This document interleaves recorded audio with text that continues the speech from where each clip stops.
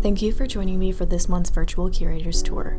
I'm Britt Mitchell, Associate Curator of Exhibitions, and today we will be exploring work from Fish Out of Water, Aquatic Art from the collection. The idiom fish out of water refers to the feeling of being out of place or in a new environment. However, this exhibition interprets it literally. The fish, taken from the water, now live in the artworks throughout this exhibition. The intersection between humans and fish has existed for over 14,000 years. Not only do both human and fish rely on water to live, but 1/6 of the world's protein comes from fish, an essential source of sustenance both nutritionally and economically. The ubiquity of fish, whether marine or freshwater, made them a ready subject for artists inspired by everyday life, from their earliest portrayal on cave walls to the contemporary works that fill the gallery. Below the surface, a seemingly straightforward portrayal of fish can be a vehicle for metaphor, allegory, and fantasy. Their simple shape makes them an easily recognizable symbol for food, water, and spirituality. Other times, they are simply a reminder of the beauty of nature, lending their scaled skin and graceful movements as effective design motifs for decorative vessels and patterned wallpaper. We went fishing in our collection and caught a selection as diverse as the species, from glimmering glass to scientific illustrations and still life paintings. This exhibition is curated by Lauren Wolfer, Associate Curator of Special Collections and Archives, and Alyssa Dumeier, Director of Education, and is supported by the Edward D. and Ione Auer Foundation. Walking into the gallery and beginning on the back wall, we begin with Duane Slick, Memories of Childhood, Grandpa Fire. Associated with water and thus the origins of life, the symbolic and thematic applications for fish are seemingly bottomless. The earliest appearances of fish in art come from civilizations that relied on fish as a food source. Fish signaled abundance or represented offerings needed for the afterlife. Many deities around the world take form of a fish or part fish due to their association with water. Slick's Memories of Childhood, Grandpa Fire is the 8th scene in a series of 10 that comprise this visual story. Including fish into the composition, the tale centers on Coyote, a figure that functions as both a demigod and a trickster in many Native American cultures. In this series, Coyote appears mysteriously to remind Slick of his reason for painting, through the oral traditions of his Meskwaki and Ho-Chunk ancestors in connection with nature. The accompanying text for this artwork reads, quote, "They told a story about water, how creeks connect to rivers and how rivers will always march slowly into the oceans." As a child, Slick was told by his parents to be wary when speaking of his culture to others, as European civilization had taken so much from native people since its conquest of the Americas. Slick found that through images, he could share his background in a way that remained ambiguous while communicating in a language as nuanced and complex as his subjects. In the middle of a gallery on a long pedestal sits Hiroshi Yamano's Fish Catcher Bag No. 3. Fish are a recurring personal symbol in Hiroshi Yamano's work that represent his travels between his two homes, the US and Japan. Japan's island identity is deeply associated with the ocean, which is both a bridge and a barrier to the West. Here, silvery fish appear in constant motion, swimming in and out of a glass vessel that calls to mind the constant flow of water. Yamano explores contrasting identities in both his imagery and technique, tradition versus change, isolation versus openness. His use of silver and copper is inspired by his study of traditional Japanese metalwork, while the etched fish are reminiscent of gyotaku, a fish printing method used by Japanese fishermen to record their catches since the 1800s. Spread across one of the gallery walls is Sherman F. Denton's fish illustrations from Game Fish of New York.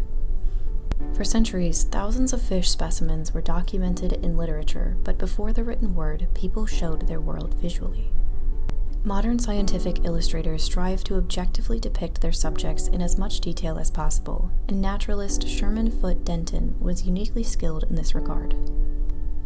He produced these prints for the U.S. Fish Commission at a time when game fishing and hunting was becoming more of a sport than a necessity for many Americans, an insight into our changing relationships with the environment. At least one species depicted by Denton is now extinct, making his work an important record. Hired to illustrate the Commission's annual reports between 1895 and 1907, Denton's Game Fish of New York reveals the diversity of aquatic wildlife in the New York region.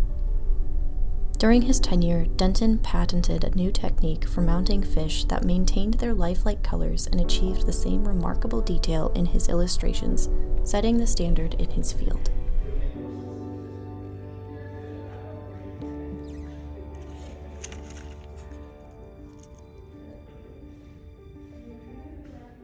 On the opposite wall, standing in a vitrine, is Elizabeth Overbeck's fish face. Both accessible and transporting for those in landlocked regions, fish make a common appearance in everyday home furnishings and as decorative elements in fine art. Their shape, even when reduced to its simplest form, is easily recognizable, evoking a soothing sense of motion and beauty. A natural fit to adorn vessels in the round, swimming fish invite viewers to inspect the work from all sides.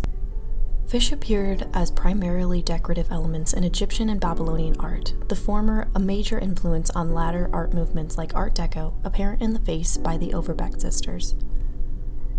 4 sisters, Margaret, Hannah, Elizabeth, and Mary Frances, founded and ran Overbeck Pottery from their home in Cambridge City, Indiana. When the sisters established their business in 1911, they capitalized on the popularity of ancient Greek vase painting and Asian blue and white porcelain while creating a uniquely American product. True to their Hoosier roots, motifs were inspired by flora and fauna native to the Midwest. It was not unusual for their functional pieces to remain undecorated and glazed in a solid color to emphasize their elegant forms. Adorned with swimming fish whose tails echo the dramatically flared lip, this decoration further accentuates the form of the vase. Elizabeth Overbeck experimented with mixing her own glazes, initially favoring the matte finishes like that of the soft, watery blue fish vase.